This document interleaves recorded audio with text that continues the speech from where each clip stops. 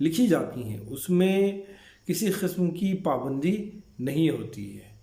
تمام کے تمام اشعار ابتدا سے آخر تک جو بھی نظم لکھے جا رہے ہیں، اس نظم کے تمام اشعار ابتدا سے جب نظم شروع ہوتی ہے تب سے آخر تک، نظم کے کلائمیکس تک، نظم کے اختتام تک اسی عنوان کے پابند ہوتی ہے۔ یعنی نظم جب کسی ایک موضوع پر لکھی جاتی ہے تو اس نظم کے تمام اشعار ایک ہی عنوان کے پابند ہوتے ہیں، ایک ہی عنوان پر لکھی جاتی ہیں۔ دیکھیے، نظم کی مختلف قسمیں ہیں۔ نظم جدید کی جب ہم مطالعہ کرتے ہیں تو ہمیں 4 قسمیں نظر آتی ہیں۔ ایک ہے پابند نظم، دوسرا ہے نظم مورا، تیسرا ہے آزاد نظم اور چوتھا ہے نثری نظم۔ اب یہ 4 قسمیں ہیں نظم کی۔ جیسا کہ ہمارے نصاب میں 2 نظموں کے بارے میں تذکرہ کیا گیا ہے، ایک ہے آزاد نظم اور دوسرا ہے مورا نظم۔ آزاد نظم کس کو کہتے ہیں؟ آزاد نظم سے مراد نظم آزاد اس نظم کو کہتے ہیں جو قافیہ، بحر اور وزن کی پابندی سے آزاد ہو۔ لفظ آزاد اب قافیہ ہے، ردیف ہے، بحر ہے، یا پھر اشعار کے جو اوزان ہوتے ہیں، ان تمام چیزوں سے نظم آزاد جو ہے آزاد ہوتی ہے۔ یعنی اس میں، اس نظم آزاد میں ان چیزوں کی پابندی نہیں کی جاتی ہے۔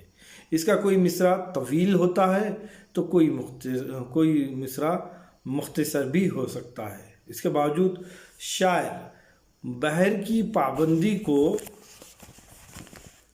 اس طرح ملحوظ رکھتا ہے کہ ایک ہی بحر کے ارکان کو مصرعوں میں کم یا زیادہ استعمال کرتا ہے۔ یعنی شاعر اپنی نظم کے کسی مصرعے میں مکمل بحر کو استعمال کرتا ہے، کسی مصرعے میں صرف 2 حصوں کو، کسی میں صرف ایک حصے کو اور کسی میں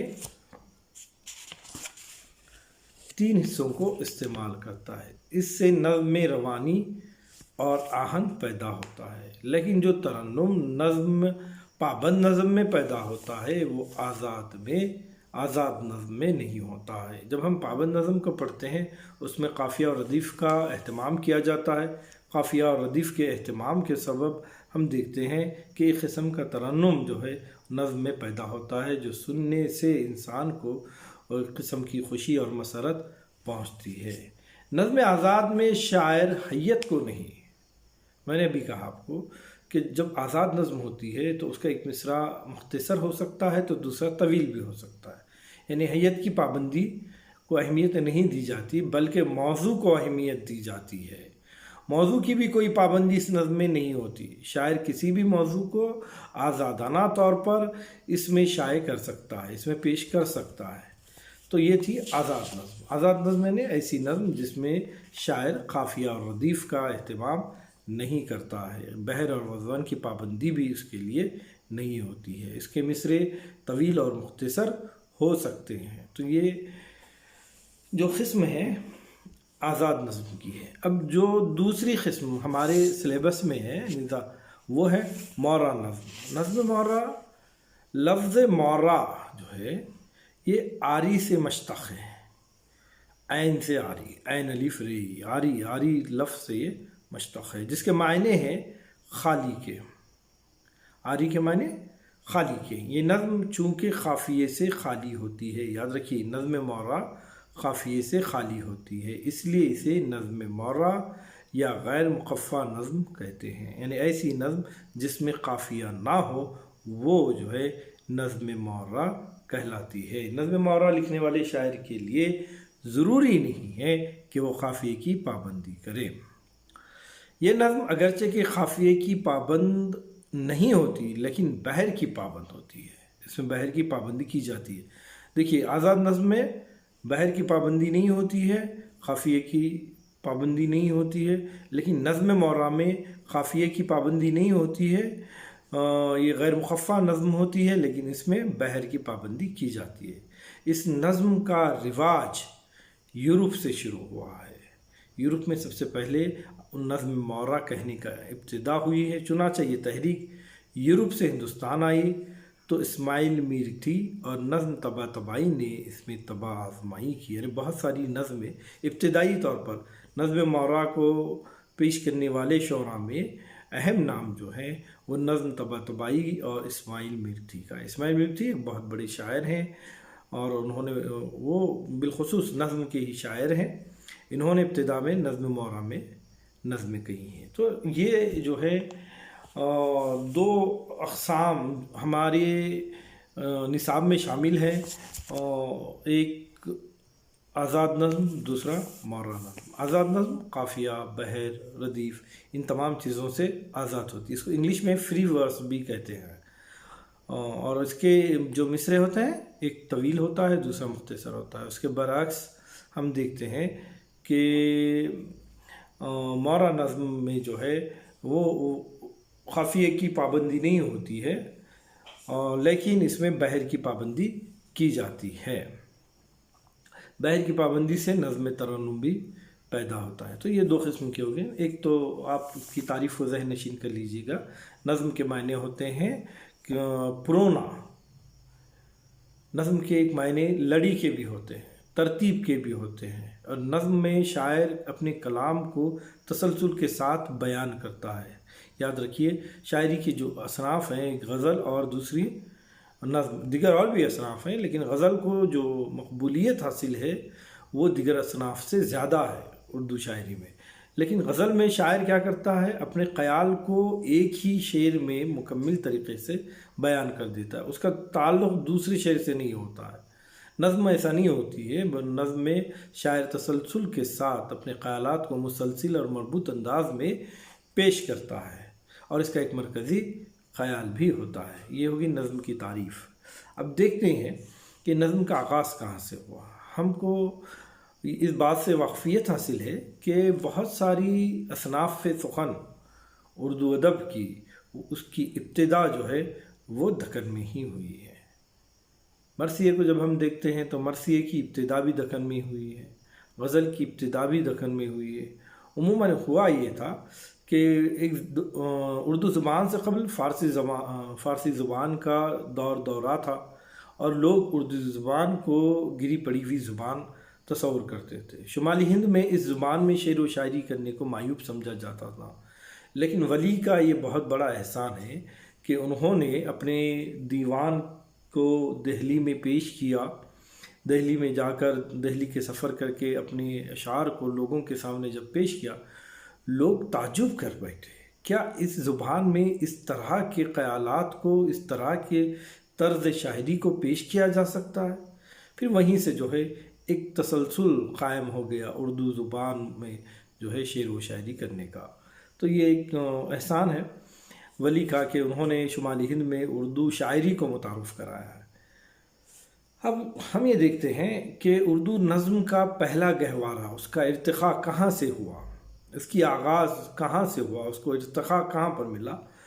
تو اردو نظم کا پہلا گہوارہ سرزمین دکن ہے۔ دیگر اور اصناف سخن کی طرح اردو نظم کا پہلا گہوارہ سرزمین دکن ہے، اور اس کی ابتدا 9ویں صدی ہجری میں ہوئی ہے۔ یاد رکھیے گا اردو نظم کی ابتدا دکن میں ہوئی، اور اس کی ابتدا جو ہے 9ویں صدی ہجری میں ہوئی ہے۔ دکنی شاعری کو 2 ادوار میں ہم تقسیم کر سکتے ہیں۔ پہلا جو دور ہے، پہلے دور جو 14ویں 15ویں صدی عیسوی تک پھیلا ہوا ہے، 9ویں صدی عیسوی سے لے کر 15ویں صدی عیسوی تک پھیلا ہوا ہے، تاریخ میں بہمنی دور کہلاتا ہے۔ یہ 9ویں صدی سے تقریباً 15ویں صدی عیسوی کا جو دور ہے دکن میں، اور یہ دور جو ہے بہمنی دور کہلاتا ہے۔ اور دوسرا دور جو ہے وہ 16ویں اور 17ویں صدی عیسوی پر مشتمل ہے، اور یہ قطب شاہی دور کہلاتا ہے۔ ادبی و شعری نقطہ نظر سے یہ دور، کون سا؟ قطب شاہی دور، خاصی اہمیت رکھتا ہے۔ اس دور کے مشہور شاعر محمد قلی قطب، شاہ عبداللہ قطب شاہ، وجہی، غواصی، رستمی، ابن نشاطی اور نوری وغیرہ ہیں۔ محمد قلی قطب شاہ، عبداللہ قطب شاہ یہ بذات خود شاعر ہیں، بذات خود ایک بادشاہ رہنے کے باوجود بھی بذات خود یہ شاعر ہیں۔ انہیں شعر و شاعری سے بہت زیادہ دلچسپی تھی۔ قلی قطب شاہ کو تو اردو کا پہلا صاحب دیوان شاعر کہا جاتا ہے۔ جب ہم ان کے دیوان کا مطالعہ کرتے ہیں تو ان کے دیوان میں ہمیں بہت ساری نظمیں بھی ملتے ہیں۔ ان کے علاوہ ان کے دربار سے وابستہ دیگر جو شعراء ہیں ان کی دیوان میں بھی ہمیں جو ہے اردو نظمیں مل جاتی ہیں۔ اس کے علاوہ دکن سے ہی ایک اور بہت ہی اہم شخصیت، قابل صد احترام بزرگان دین حضرت بند نواز گیسو دراز رحمۃ اللہ علیہ کا بھی تذکرہ ہمیں ملتا ہے۔ وہ مشہور صوفی گزرے ہیں اور اردو زبان کے فروغ میں ان بزرگان دین کا بہت بڑا حصہ رہا ہے۔ ان بزرگان دین نے خاص طور پہ خواجہ بند نواز گیسو دراز ہو یا مختلف دیگر اور بزرگان دین ہوں، انہوں نے مقامی زبان کو ترجیح دی، یعنی اس وقت جو بولی جاتی تھی عوام زبان اردو زبان، چاہے وہ دکنی کے نام سے کہی جاتی ہو، چاہے وہ رختہ کے نام سے کہی جاتی ہو، چاہے گجری زبان میں، انہوں نے دین اسلام کی اشاعت کے لیے اس زبان کو اپنایا، اس زبان میں اپنے خیالات کو، مذہبی تعلیمات کو لوگوں کے سامنے پیش کیا اور دین اسلام کی اشاعت میں بہت بڑا کردار ادا کیا ہے۔ تو ان کا تو مقصد ایسا خالی زبان کی کا فروغ دینا ایسا نہیں تھا، بلکہ ان کا اصل مقصد منشا یہی تھا کہ دین اسلام کی تعلیمات کو لوگوں تک پہنچائے، اور انہوں نے اس زبان کا سہارا لیا، جو ڈائریکٹ یا انڈائریکٹ ظاہری طور پر یا بظاہر جو ہے بہرکیف زبان کو بھی اس سے بہت خاصا فائدہ حاصل ہوا ہے۔ حضرت خواجہ بند نواز گیسو دراز رحمۃ اللہ علیہ دکن کے مشہور صوفی گزرے ہیں۔ انہوں نے کچھ رسالے تصوف کے لکھے ہیں، تصوف سے مراد مذہبی تعلیمات کے انہوں نے لکھے تھے۔ اس کے علاوہ کچھ نظمیں بھی کہی ہیں، یعنی وہ شعر و شاعری کا بھی شوق اور ذوق رکھا کرتے تھے، اور ان کا اپنا ایک تخلص تھا، ان کا اپنا تخلص شہباز تھا، اور ان کی نظم بہت ہی مشہور زمانہ نظم ہے جس کا نام ہے چکی نامہ۔ چکی نامہ کا ذکر ہمیں دیگر اور کتب میں بھی ملتا ہے۔ اس نظم میں انہوں نے چکی کے گیت کی صورت میں عورتوں کو مذہبی حقائق یاد دلائے ہیں۔ بندہ نواز گیسو دراز رحمۃ اللہ علیہ کے والد سید یوسف حسینی شاہ راجو کی بھی چند نظمیں ملتی ہیں، یعنی ان بزرگان دین نے نظم کے ذریعے سے عورتوں کو دینی تعلیمات بھی پہنچایا کرتے تھے۔ ان کے ایک نظم چکی نامہ کے نام سے مشہور ہے، اور یہ اردو کی پہلی نظم قرار دی جاتی ہے۔ چکی نامہ جو ہے اردو کی پہلی نظم قرار دی جاتی ہے جو دکن کی ہے، جس کو خواجہ بند نواز گیسو دراز رحمۃ اللہ علیہ نے لکھا ہے۔ لکھنے کا منشا یہی تھا کہ دیکھیے دور ماضی میں عورتیں جو ہے چکی پیستے، آٹا پیستے تھے، اور پیستے پیستے کچھ گنگناتے تھے، اشعار گنگناتے، مقامی گیت گنگناتے۔ تو لوگوں کی، عورتوں کی اس ذوق اور شوق کو دیکھ کر انہوں نے عورتوں کے لیے گیت لکھے، لیکن خالص وہ مذہبی گیت تھے جو نظموں کی شکل میں لوگوں تک پہنچے چکی نامہ کے ذریعے سے، اور یہی چکی نامہ اردو کی پہلی نظم کہلائی ہے۔ فنی لحاظ سے یہ ایک معمولی نظم ہے، لیکن اس کی تاریخی اہمیت اپنی جگہ مسلم ہے۔ انہوں نے عورتوں کے لیے کئی نظمیں لکھی ہیں۔ اس کے علاوہ چکی نامہ کے علاوہ بھی خواجہ بند نواز گیسو دراز رحمۃ اللہ علیہ کی بہت ساری نظمیں ہیں۔ خواجہ بند نواز گیسو دراز رحمۃ اللہ علیہ کے علاوہ محمد قلی قطب شاہ صاحب دیوان شاعر ہے، اس کی نظمیں مختلف موضوعات پر ہمیں مل جاتی ہیں اس کے دیوان میں۔ ان میں موسموں، تہواروں، عمارتوں اور قلی قطب شاہ کی محبوباؤں کا تذکرہ ملتا ہے۔ ہندوستانی پھولوں، پھلوں، چرند و پرند، رسم و رواج کی تفصیلات بھی اس میں موجود ہیں۔ وہ سانولیوں، پریم پیاریوں کی پریم کی باتیں اور گھاتے بیان کرنا اس شاعر کا محبوب مشغلہ رہا ہے۔ کس شاعر کا؟ محمد قلی قطب شاہ کا۔ وہ اپنی نظموں میں اپنی محبوباؤں کا تذکرہ ہے نا، اور دیگر اور باتوں کو بہت ہی خوبصورت انداز سے پیش کیا کرتا تھا۔ زمین اور زمین کی ساری رونائیاں اور دل فریبیاں اور سحر انگیزیاں اس کی نظموں میں سموئی ہوئی نظر آتی ہے۔ یہ نظمیں صحیح معنوں میں ہندوستانی تہذیب کی مکمل تصویر پیش کرتی ہوئی نظر آتی ہیں۔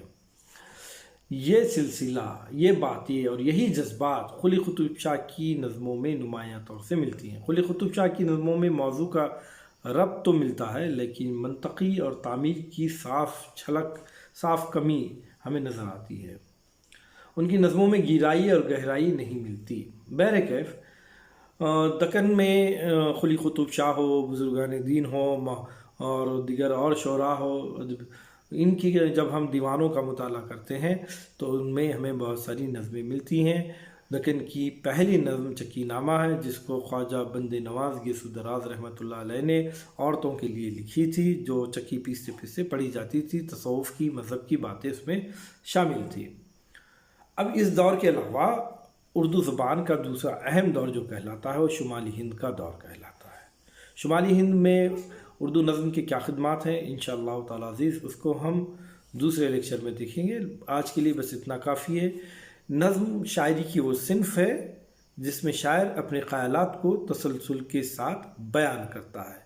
نظم کی مختلف قسمیں ہیں، جن میں پابند نظم، نظم معرہ، نظم آزاد اور نثری نظم وغیرہ بھی شامل ہیں۔ ہمارے نصاب میں آزاد نظم اور معرہ نظم ہے۔ آزاد نظم اس نظم کو کہتے ہیں جس میں شاعر قافیہ، ردیف اور بحر کی پابندی نہیں کرتا ہے، اور جس کا مصرع مختلف ہوتا ہے، ایک چھوٹا ایک بڑا ہوتا ہے۔ اور نظم معرہ بالکل معرہ کے معنی خالی کے ہیں، یہ عاری سے مشتق ہے اور یہ قافیے سے خالی ہوتی ہے، یہ ہم نے دیکھا۔ اور اردو نظم کی ابتدا وہ دکن سے ہوئی ہے۔ دکن میں قلی قطب شاہ کا دور ہو یا بہمنی دور ہو یا خواجہ بند نواز گیسو دراز رحمۃ اللہ علیہ کا زمانہ ہو، ان لوگوں نے اردو شاعری کی صنف کو فروغ دیا، نظم کو فروغ دیا۔